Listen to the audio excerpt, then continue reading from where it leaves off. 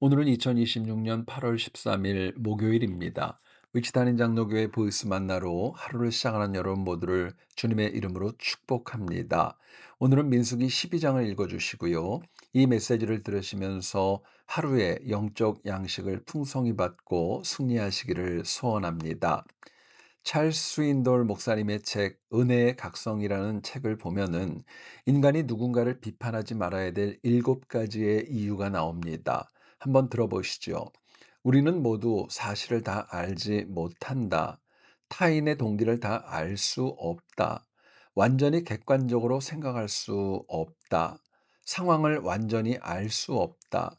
보지 못하는 부분이 있다. 편견으로 시야가 좁아질 수 있다. 인간은 누구나 불완전하며 일관성이 없기 때문에 비판하지 말아야 된다 설명을 합니다. 그래서 우리 주님도 산상수훈인 마태복음 7장 1에서 3절까지의 내용을 보면은 비판에 관하여 이렇게 말씀을 하십니다. 비판을 받지 아니하려거든 비판하지 말라. 너희가 비판하는 그 비판으로 너희가 비판을 받을 것이요 너희가 헤아리는 그 헤아림으로 너희가 헤아림을 받을 것이니라. 어찌하여 형제의 눈 속에 있는 티는 보고 내 눈 속에 있는 들보는 깨닫지 못하느냐 말씀을 합니다. 여러분, 여기서 비판하지 말라. 이 말은 사람에 관한 평가를 말씀하는 것이 아니라 정죄와 심판을 금지하셨던 겁니다. 인간은 교만해서 자신의 처지를 잘 인식하지 못해서 누군가를 쉽게 정죄하고 심판하는 죄성이 참으로 큽니다. 불행히도 우리는 비판과 정죄함, 심판이 선하지 않는다는 것을 알지만 누구도 이것들로부터 자유롭지 않습니다. 게다가 우리는 비판을 통한 파괴적인 성향, 악영향, 관계가 깨짐을 경험적으로 잘 알지만 비판을 멈추지 않습니다. 그런데 분명한 것은요, 하나님은 우리가 누군가를 비판하기보다는 이해하고 품어주길 바라고 나아가서 하나님의 마음으로 중보기도하며 다가가기를 원하신다는 것 우리가 기억해야 될 것입니다.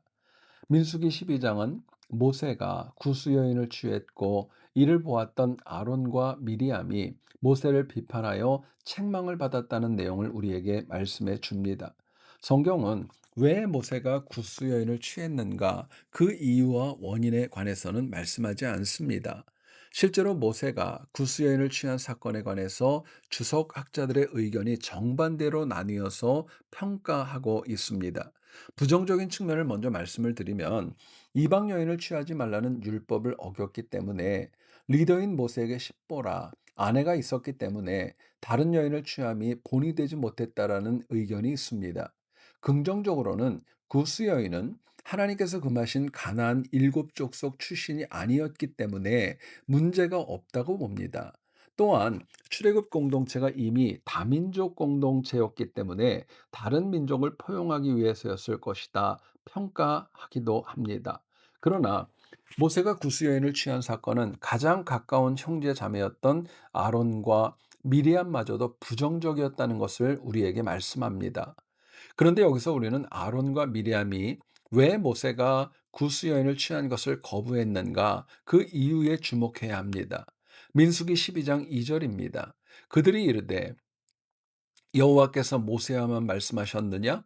우리와도 말씀하지 아니하셨느냐? 하매 여호와께서 이 말을 들으셨더라 말씀을 합니다. 아론과 미리암은 하나님께서 모세에게만 은혜를 주시지 않았고 자신들에게도 은혜를 주셨다는 것을 강조합니다. 이로 인해 가장 가까운 형제자매가 모세의 권위에 도전을 했고 하나님이 주신 그 권위에 정면으로 반박을 했던 거예요. 달리 말하면 선한 의도로 정말 모세를 걱정해서가 아니라 교만과 자기 중심적인 비판이었다는 것을 우리에게 말씀해 줍니다. 여러분, 놀랍게도요. 민수기 12장 2절은 이렇게 말씀해요. 여호와께서 이 말을 들으셨더라. 하나님은 아론과 미리암의 비판을 들으셨고 모세와 아론, 미리암을 회막 앞으로 나오게 하셨습니다. 그리고 하나님은 철저하게 모세의 권위를 세워주셨고 모세를 옹호하시면서 아론과 미리암을 책망하셨습니다. 마침내 민수기 12장 8절입니다. 그와는 내가 대면하여 명백히 말하고 은밀한 말로 하지 아니하며 그는 또 여호와의 형상을 보거늘 너희가 어찌하여 내 종 모세 비방하기를 두려워하지 아니하느냐 말씀합니다. 하나님은 아론과 미리암을 말로 책망하심을 넘어서 미리암은 갑자기 나병에 걸리게 되었습니다. 아론이 사태의 심각성을 깨닫고 모세에게 용서를 구했고, 하나님은 미리암이 회막 밖에서 7일을 보낸 이후에 돌아오게 하심으로 인하여서 아론과 미리암이 모세를 비판한 사건을 일단락 지으셨습니다.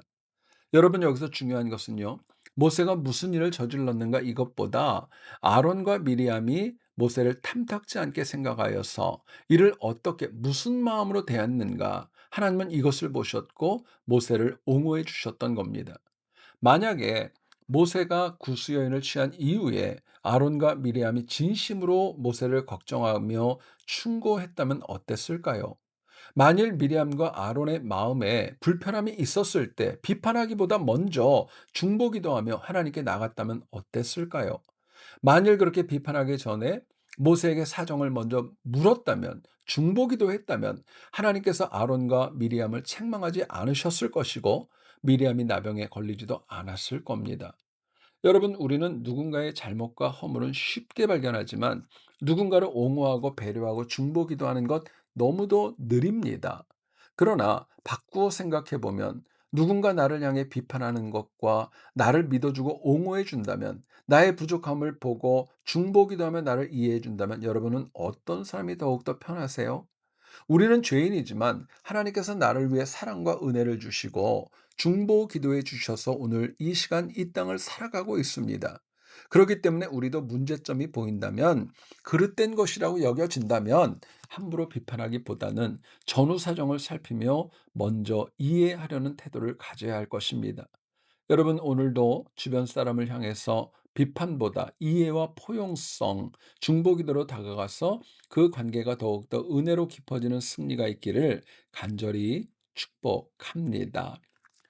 하나님 아버지, 하루를 말씀으로 시작하게 하심에 감사합니다. 우리는 하나님의 은혜로, 그 덮어주심으로, 눈 감아주심으로 용서를 받았지만 우리는 너무 쉽게 내 생각대로, 심지어 내 감정에 따라서 누군가를 평가하고 비판하며 살아갈 때 너무도 많았습니다. 긍휼히 여겨주시어서 우리가 누군가를 비판하기 전에 나를 먼저 바라보게 하시고, 타인을 비판하기보다 하나님의 마음으로 먼저 다가가서 품어주고 이해하고 함께 동역할 수 있는 은혜 더해 주옵소서. 오늘도 우리를 사랑하셔서 하루를 선물로 주신 하나님을 신뢰하며 비판보다 포용으로, 정죄보다 용서로 하나님의 마음으로 살아감으로 인하여서 우리 위치도 아닌 장로교회와 이 교회를 섬기는 성도님들, 말씀을 듣는 모든 주의 백성들의 가정과 생업과 자녀들에게 복을 더하여 주옵소서. 감사드리고 예수님의 이름으로 기도드립니다. 아멘.